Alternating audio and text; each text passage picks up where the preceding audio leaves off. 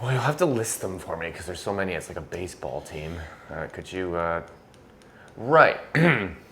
No, I know I am gonna try to be nice. It is an effort sometimes. Like, what's the idiot factor in this interview? I am a good cat and a pretty cat. At speed. Sorry, what? You're falling apart here. No, you just readjusted yourself.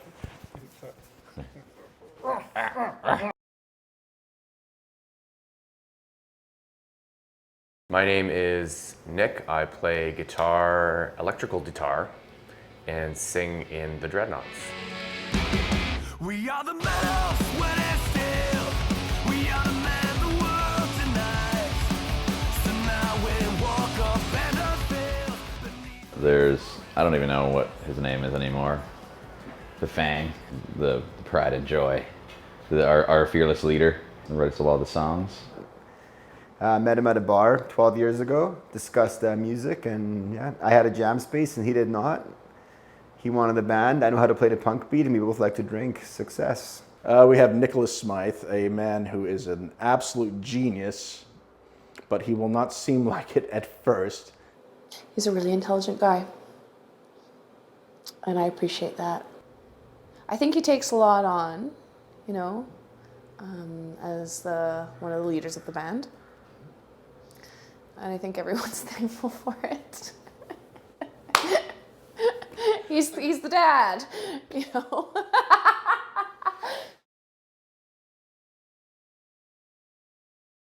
Stupid Swedish Bastard is a Swiss man. My name's Marco, I'm the stupid Swedish bastard in the Dreadnoughts. I've played drums since day one.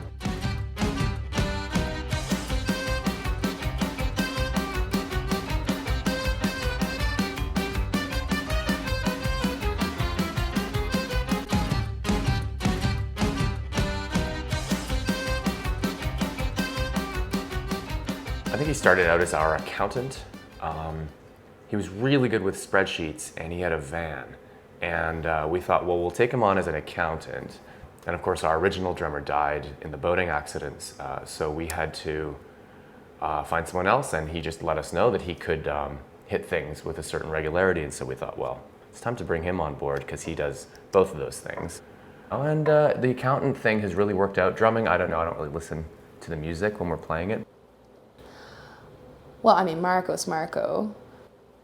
The guy can drum for 8 hours and drinks 20 beers and he's fine. And then he also, in the same moments, between takes, will be emailing people and getting us gigs everywhere and with his spreadsheets and, you know, doing his master's programs through fucking YouTube. He's not what you see is what you get, right? There's a lot more to Marco than that. And then it was Seamus, joined after that.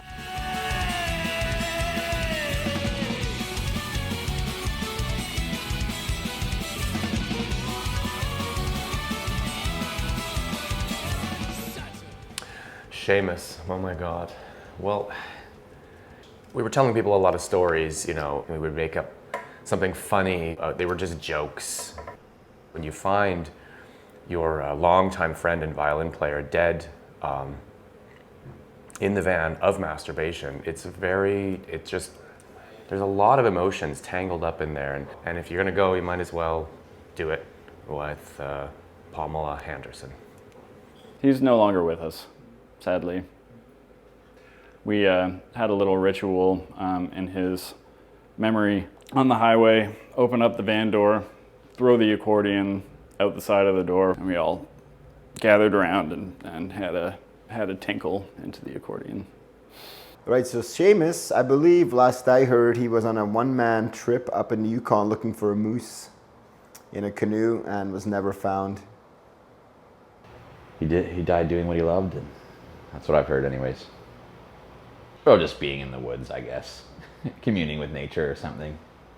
Eventually getting eaten by some kind of wild animal, I've heard. Yeah. There's many rumors. Well, what I know to be true is that he's a multi-talented person with many lives.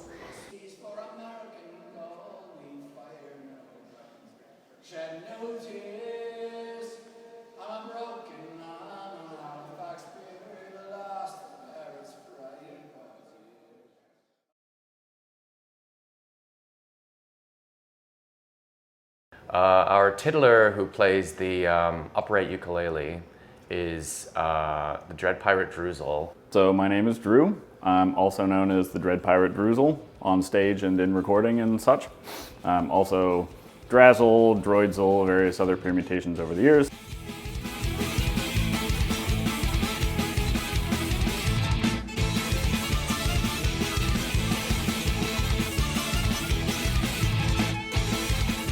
First time I met him, he was throat singing at the backstage lounge, and turns out that he can actually play the mando really well. My relationship with him is quite interesting because I went to elementary school with him. I took a year off, so around college we met up again. And he went from being this kind of sickly kid who I remember barfing at viewings of Beethoven, which, you know, the movie's not great, so I understand. Drew's one of my dearest friends. He's the first person I found to play music with in 10 years where we had that special connection. He is primarily playing mandolin. He plays tenor banjo as well. He plays tin whistle. He does tube and throat singing. When it comes to instruments, there's no stopping the Dread Pirate Droozle.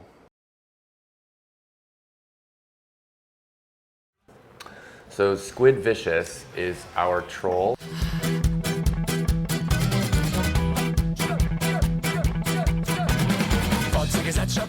He is a large and in-charge man. Hey there, my name's Andrew Hay. They call me Squid Vicious. I play the bass. Get hyped. Andrew, hey, how can you miss Andrew? 6'6" of love. And he was just a super fan. The first time I met him, I actually jumped out in the crowd. He caught me and my crotch was around his face. He thought this can go two ways. I can break his back or I can be nice and hope to join the band. And thankfully, he did not break my back. I can still play drums and he's been in the band since early 2009. You could be easily intimidated by the man, and you should be. If you're doing shitty things and he's coming after you, watch out. But also, he'd make sure I got home safe and everything was cool.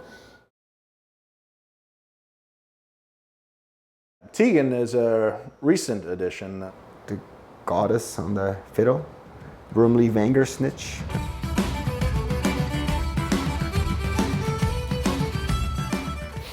So we used to play together in an outfit called Cornshed, this amazing, another one under the label of cluster folk, I'd say. I think I was a little intimidated to take over Seamus's role because he's an incredible musician. And you know, just he's one of the huge frontmen of the band. But once I started, you know, digging into the tunes and getting together with Drew so he could fill me in on the little details of it, just became really fun. And I got really stoked. I think it's a funny thing, you know, to be the one new person coming into a band.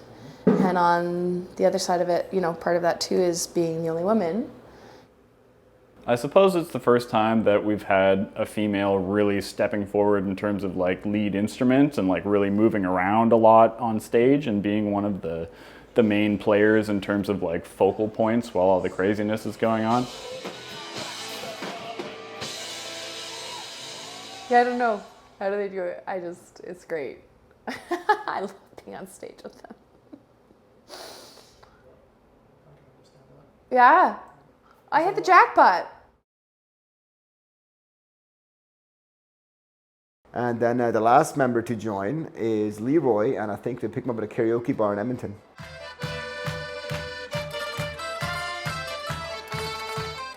That's Leroy, Slow Ride McBride. He's from Alberta. He plays the accordion, which is a strange combination. Weird sounds that come out of his mouth.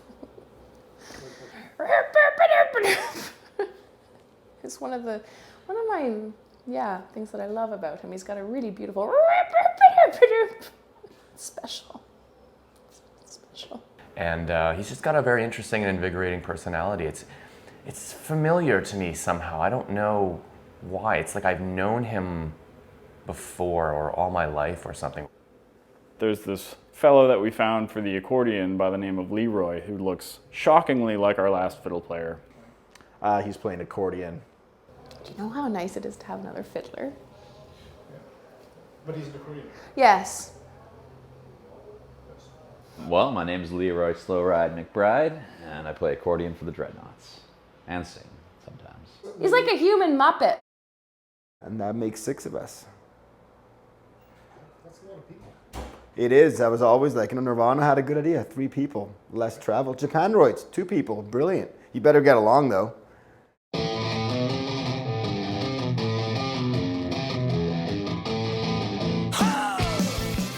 We've always played together. I mean, that's how we all met, was actually just playing music at parties. You know, I mean, that's how Nick and I met on the internet, of all things. Yeah, on Craigslist. I think what's interesting with our band is that actually, like when Nick and I started the band, he was like, do you want to play in a Celtic punk band? And I said, a what? Because I didn't know what that was. Like I was always a punk metal dude. I'm still probably the one that listens to least amount of folk music in the band. And then I'm like, oh, does this music have like a punk beat? And can I like have fun with it, drink to it? Because I was, again, playing in metal bands. I'd seen Nick's ad for the Dreadnoughts and thought, oh no, I could never do like a punk thing.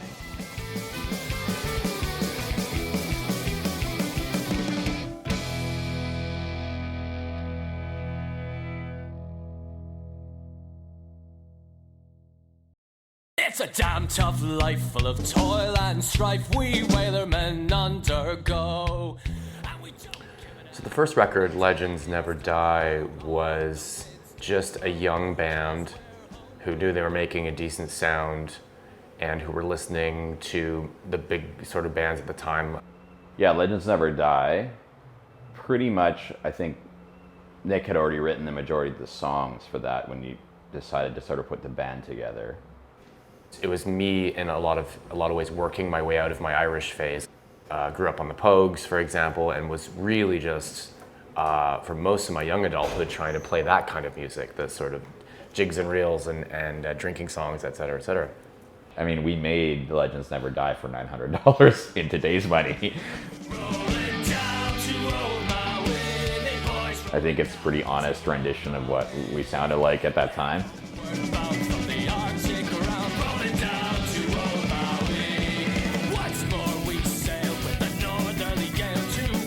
The first like 200-300 we just burnt off the side of the stage. Like people would give us $10, we'd hit burn, we'd write Dreadnoughts on it and then next, and half the time they wouldn't work, and then we're like, there's got to be a better way. So we actually made like 20 at a time, and then we're like, you know what, you can actually pay a company to do this cheaper than you could like I never want to see a CD stomper again in my life. Like hours of like lining up the CDs, and or a CD release where we only made 50 burned CDs, like burned 50 CDs, but we had 100 booklets and we sold them all, got rid of them all somehow, which means that only every second customer had a working CD.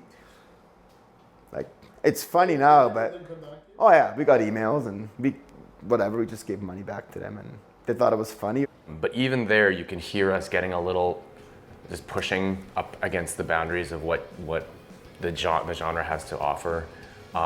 There were songs that didn't make even a lot of sense as Celtic punk songs. They were just different.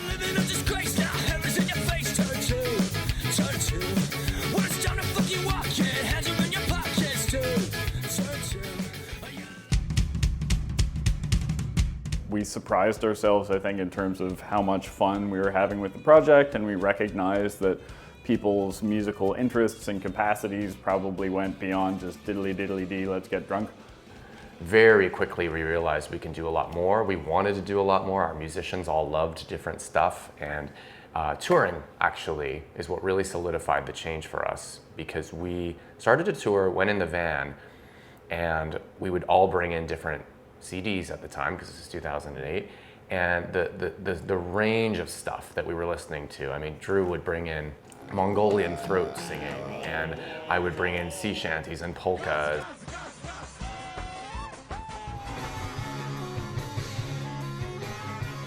And it all became like part of the lifestyle. We'd listen to this stuff in the van like, 8, 10, 12 hours a day and get super interested in these different approaches, and it just kind of inevitably bled into our sound.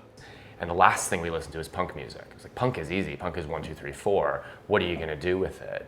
And really all the resulting 3 albums have been is just us expanding into those fun sounds that we were listening to in the van.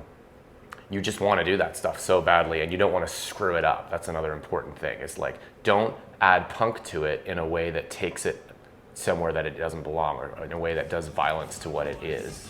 From the West Country.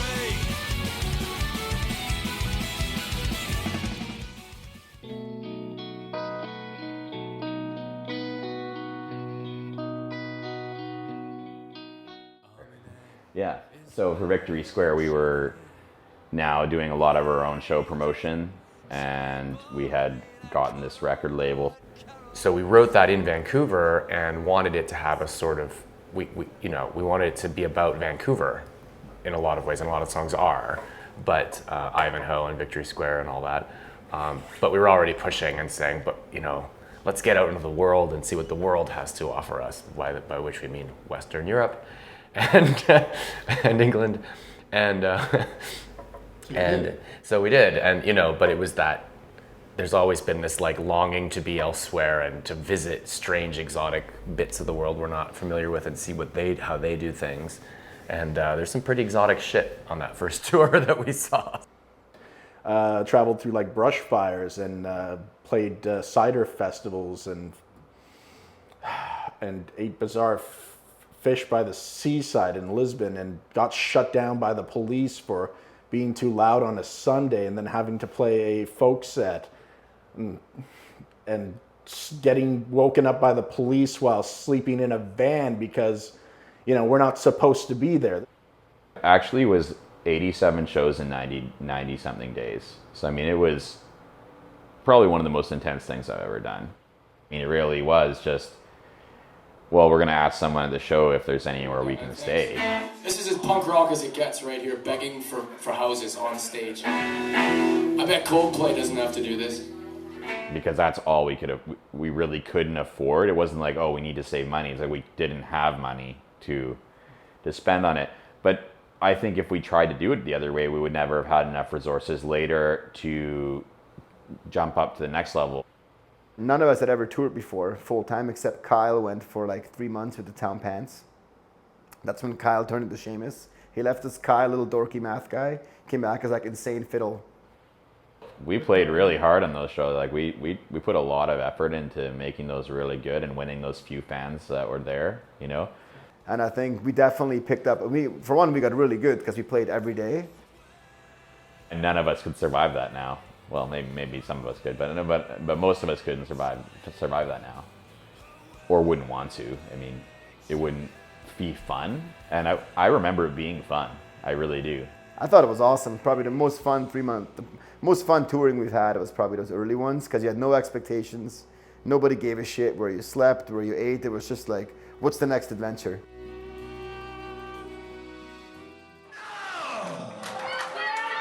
In 100 years, there will be no emo music. In 100 years, there will be no screamo music. But in 1,000 years, there will be polka!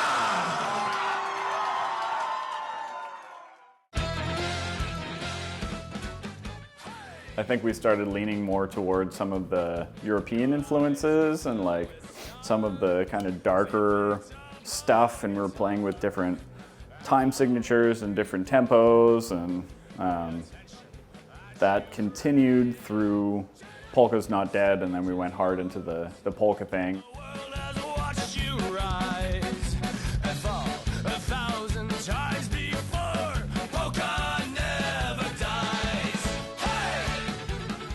We took it all in and spat out the next record, Polka Is Not Dead.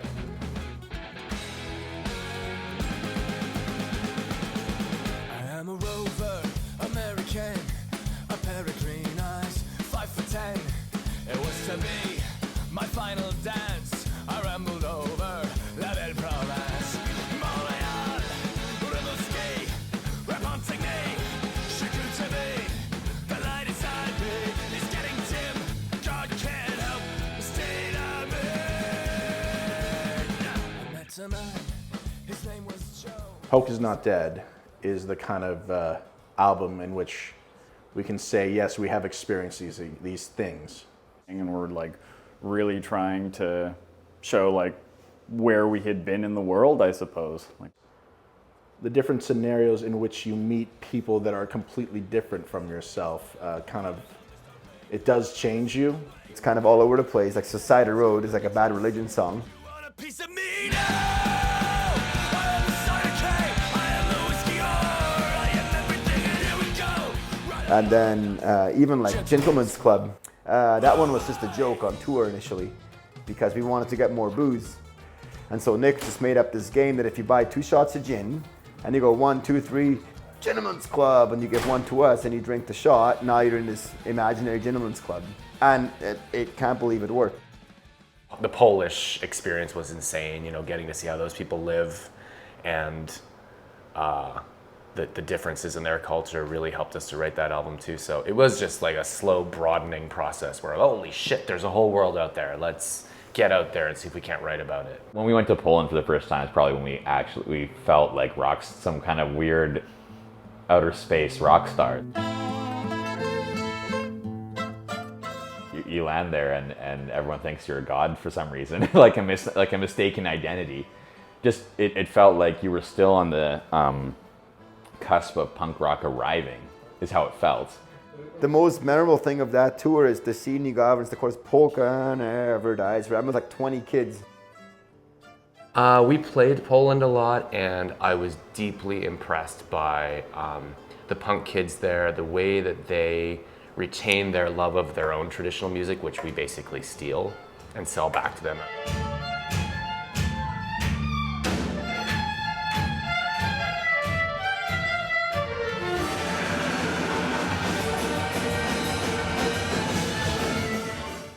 Gigs for us were always great, so I always remember them very fondly. Oh yeah, the Pirate Bar. Yeah, there's a very weird little place in Poland called the Pirate Bar, I assume, or that's what we call it. And it actually looks like a ship inside. They have riggings and, you know, all the wooden railings and sort of boat paraphernalia everywhere. I guess we're sort of perceived as some kind of pirate punk band, so that's why we were playing this place. We were 2 songs into our set at this bar in Łódź, which had netting suspended at the top of it because they were going for a piratey theme and they thought getting a piratey band in was going to be a good idea. False.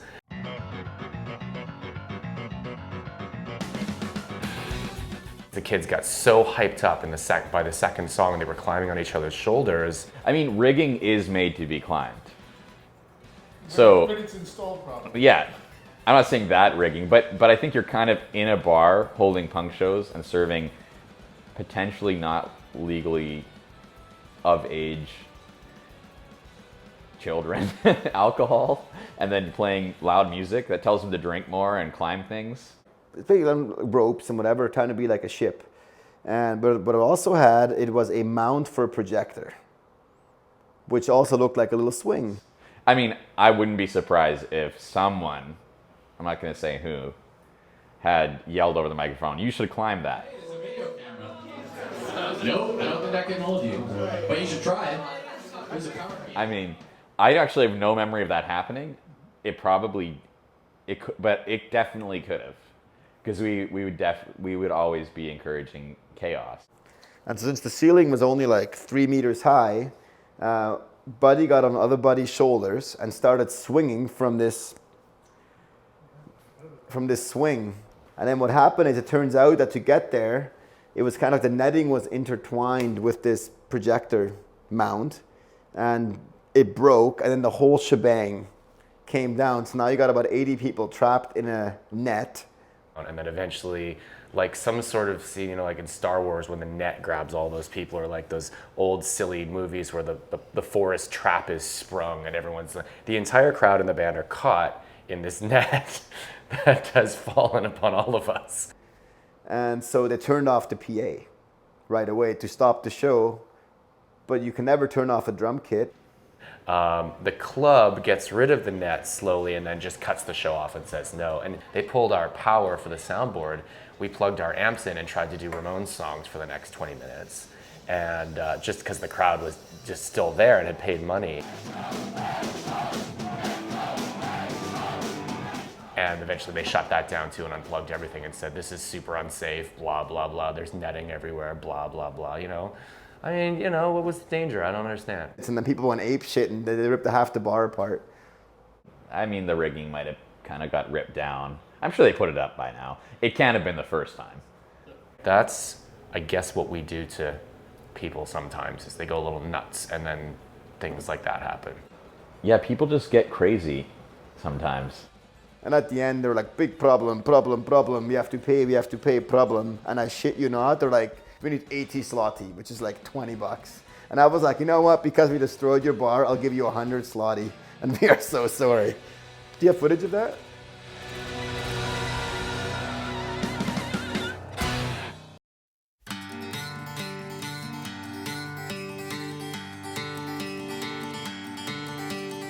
Most of the Dreadnought songs are arranged collectively or to a degree, like worked on after the fact, but the core ideas for most of the songs have always been Nick. So on this album, though, we did definitely had more collaboration than before. We actually got to do we put a little writing retreat together. So I think the writing retreat was really about starting to work as a band and with me and Leroy as members, you know, core members, because the other guys have been there forever. And so we went to a little cabin just outside of Pemberton before Darcy. Nothing fancy, but just being able to actually say, hey, we can all pay for 1 week of everyone's time to get together and just wake up and pick up our instruments and sort of play with ideas. And what's beautiful, I find, about going away and really being separate and not having cell service and all of the noise is you start to hear each other, right?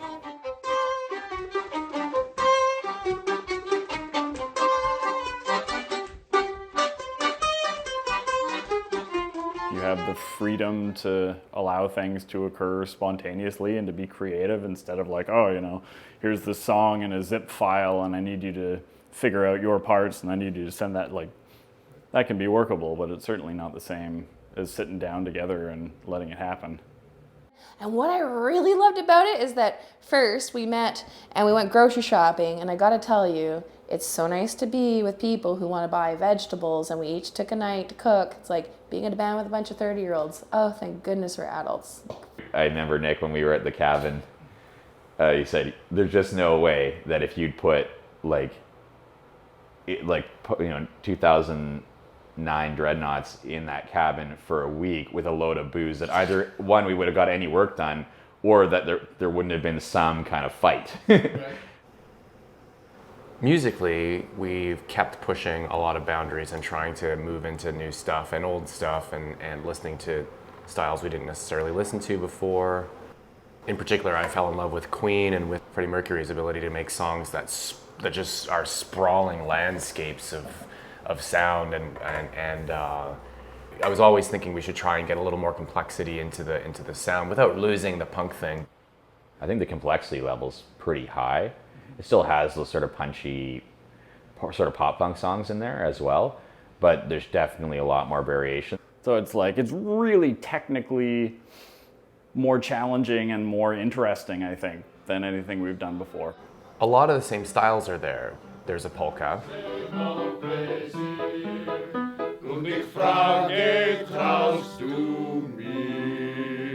There's a couple of ballads and sea shanties. Fare thee well, my pretty young maids. We're bound for the Bay of Silver. What's really cool about the ones, or what I'm really excited about, is that these polkas and the sea shanties sound really traditional, classic folk tunes. But they're not. They're all written by Nick. Those are all the verses I have, and then I was just thinking of repeating. I had to ask him when he sent me the demo, is that a trad? I can't tell. There's a lot of street punk, just straight up, just punk songs. We've always done those, obviously.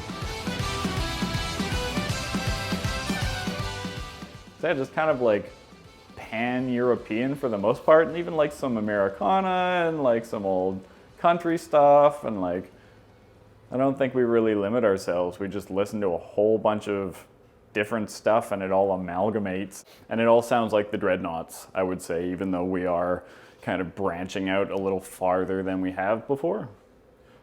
I hear a lot more of the music that Nick really, really likes that isn't folk punk music and folk music. We have guitarmonies for the first time. Like, guitar solos are quite unusual for us. We got harmonized guitar solos that are pretty tasty. I personally think we're trying to expand people's listening scope, not just copy what they already like and try to reprint it. But like you say, they won't necessarily know what they're listening to at first, but it'll all come back. Yeah, I think there'll be some tracks of people just maybe too outside of their realm, but maybe not, right? And violating expectations is what punk rock is supposed to be about, so.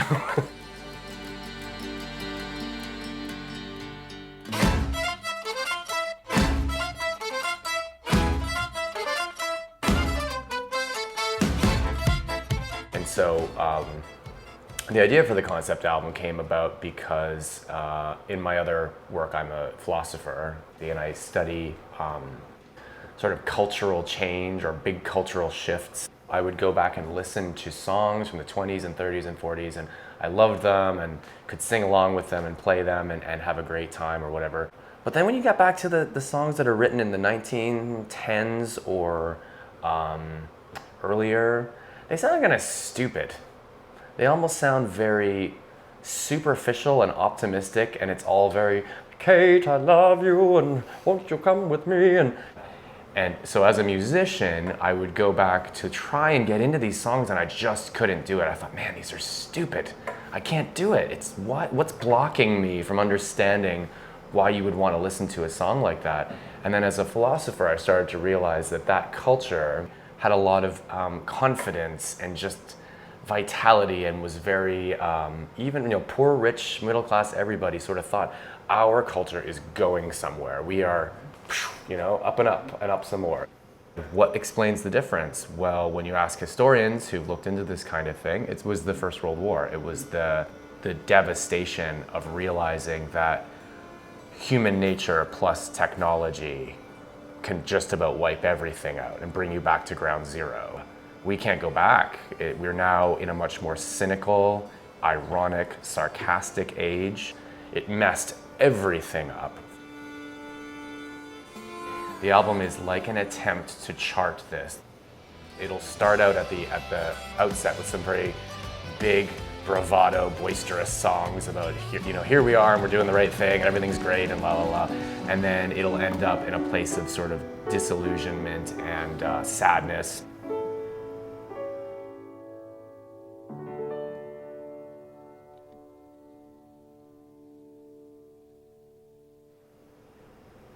By comparison with cider albums and things like that, it's just a total left turn for us. What's nice is that they're still recording with Stu, and there's that through line. Stu is the one that's recorded 3 of our albums. We met him 7 years ago. He recorded Victory Square at his old studio, The Hive. It's gonna be great. I'm really excited about this album. I'm really, really excited about it. It's high level, it's like really good. I just, there's not that many records that I've recorded on that I'm actually excited about and proud of and tell my family about. This is one of them. I'm stoked.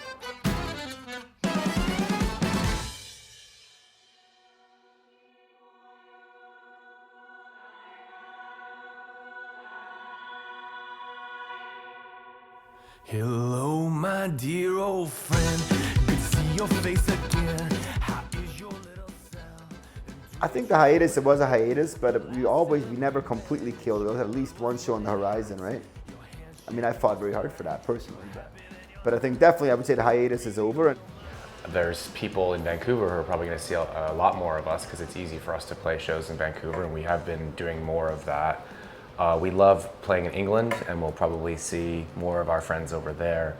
But to be honest, this whole touring relentlessly to boost whatever album sales or whatever is just not, it kills the music for you. And I think it just about killed us as a band. Several of us, myself included, were ready to just say never again. I think it's always going to be part of our lives. It's just at that time when we did it full time, we did made a decision to do it as our life. I think we're happy where we get to do this and have these amazing opportunities, but not be a full-time, that's the only thing you can do in your life. That's why I personally took time off the band, was that it can be so disruptive. So what we've now found is a balance where you play 15, 16 shows a year maybe, you scatter them as much as you can. You know, I love playing in front of thousands of people. Oh my God, what a high, it's great. But I'm my happiest just hanging out and playing music. So for what I hope for myself, I hope I continue playing with these people and in an intimate way and in a way that's playful. I'm loving being with the guys again and with Wormley again, yeah. And I think that's what our job is now. Our job isn't to be the sort of relentless touring band. It's to like take what we've done and have fun with it and keep it as something that we can enjoy for hopefully the rest of our lives. For the band, I have no doubts that they'll just keep doing what they're doing. They have been together for years, and it's amazing what they've done and continue to do. I don't see that will change for them, especially with the group, with who's there and who's doing the work. It's incredible. Like they have it dialed. They know what they're doing. And now with this new record happening, I never thought that was going to happen again, but amazing that it did. I think we're definitely going to try to plan it more and almost, I wouldn't say never do the crazy touring like we did again, but I would definitely say it's kind of like, the second leg of the Dreadnoughts. I still don't know how we do it, like, because I'm part of it now and I still don't really understand how it works, but it does. It's incredible. Grabbing the audience and just owning them.